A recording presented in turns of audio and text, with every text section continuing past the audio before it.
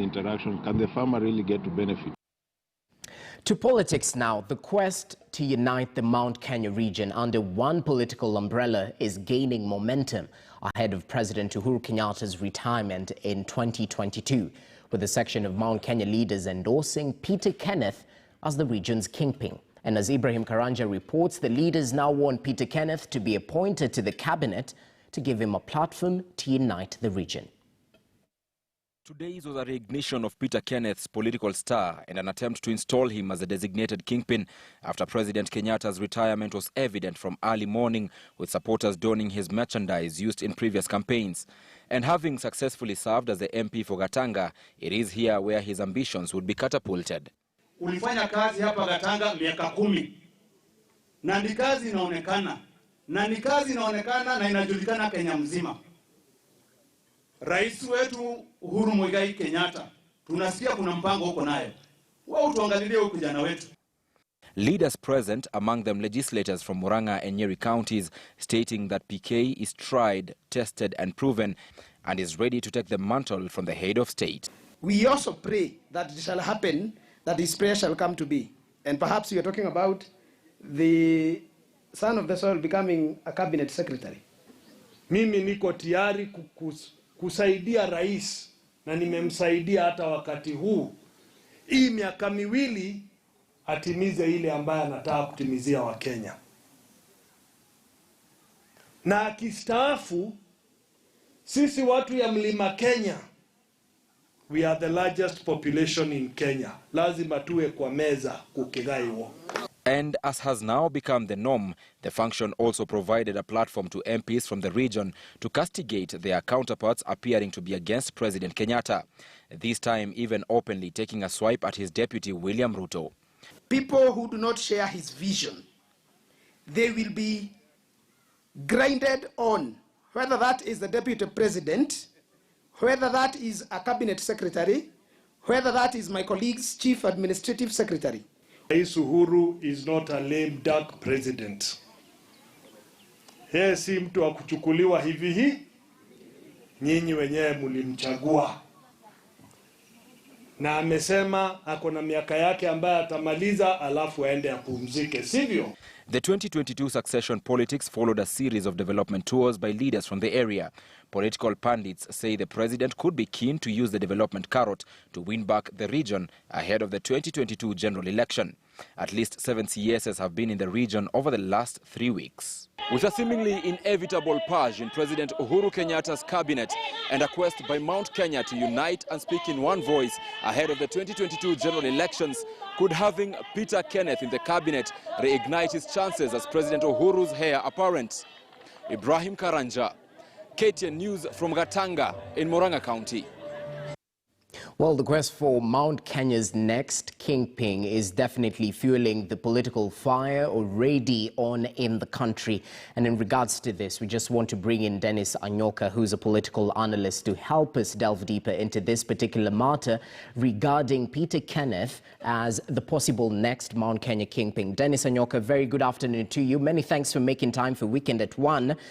Let's take a keen look at the man who's Peter Kenneth. Active politics between 2002 till 2012, vied for presidential seat in 2013, vied for Nairobi governor in 2017. So taking a look, 10 years in active politics, does this deny him credentials in order to take over?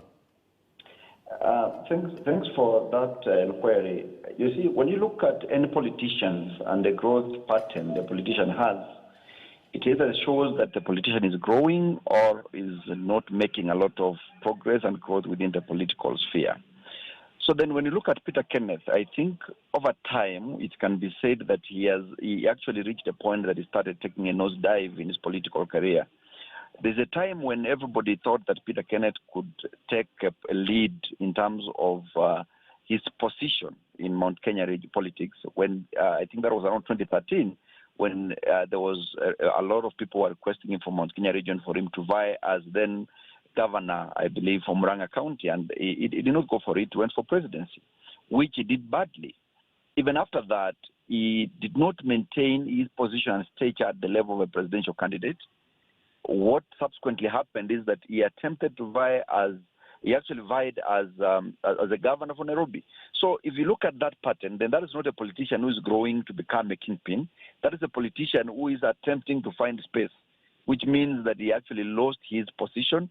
His clout as a politician is not as good as it was then, and it is going to be very difficult for him to take the position of a kingpin. For anybody to be a kingpin, I think the first thing that needs to happen to that particular politician, he needs to be seen either in reality or, to be perceived as a lead politician. Whatever the other leaders see in him is a leader who can be consulted, who has the experience, who has the resources, either in reality or as perceived, as a perception, which I think Peter Kenneth lacks at the moment. Okay, if I can interject, let's just compare Peter Kenneth and his brand of politics to President Uhuru Kenyatta. Back then, 1997, if you can recall, President Uhuru Kenyatta stabbed at politics, failed miserably. 2002, yes, he did get the MP position, but his stab at presidency wasn't successful. So it definitely does take time. Let's compare these two individuals and their brand of politics. Is there any way we can assume that they might take the same path? I think it is not possible to Peter Kenneth's political party to be similar to that of the President Uhuru Kenyatta, because the people who are behind Uhuru Kenyatta's presidency were the senior people within the larger Mount Kenya region who really were supporting his bid and positioning him to the top leadership. Even in 1997, he was coming in as member of parliament. He was being introduced to the president to politics by the late President Moi. Subsequently, in 2002, he was endorsed and they had the support of President Moi then. And if the political matrix were to work, he could have easily become president had it not been that there was people who were a bit tired and exhausted about the Moi presidency. And the combination of Raila Odinga and Kibaki gave something that was more of, a breather within the political circles. That is how Uhuru Kenyatta survived. But look at the people behind Peter Kenneth. Even as we speak, you cannot pinpoint strong political leaders within Mount Kenya region supporting his bid to become the kingpin. You realize that the president has politically not even exited his seat as the kingpin of the Mount Kenya region. The political realignments within Jubilee has a lot to tell. Because if it were that Uhuru Kenyatta was not interested in 2022 politics and being the lead, politician within Mount Kenya region, then he could have let other politicians emerge. And even if they were to be dissenting, and even if they were to, try other realignments, they could be emerging and being groomed to take that, mantle as the kingpins. Well, many thanks, Dennis Anyoka, and it'll definitely be an uphill task considering the threat from various leaders in the region. Mwangi wa Iria, we have the recently Mwangi Kiunjuri, who recently launched a party, as well as Martha Karua and the likes. We'll definitely keep our ears on the ground and keep you updated back at home. That was Dennis Anyoka, who's a political analyst, just giving us his take right here on Weekend at 1, which we've come to the end of the bulletin. Many thanks for watching. My name is Jesse Rogers.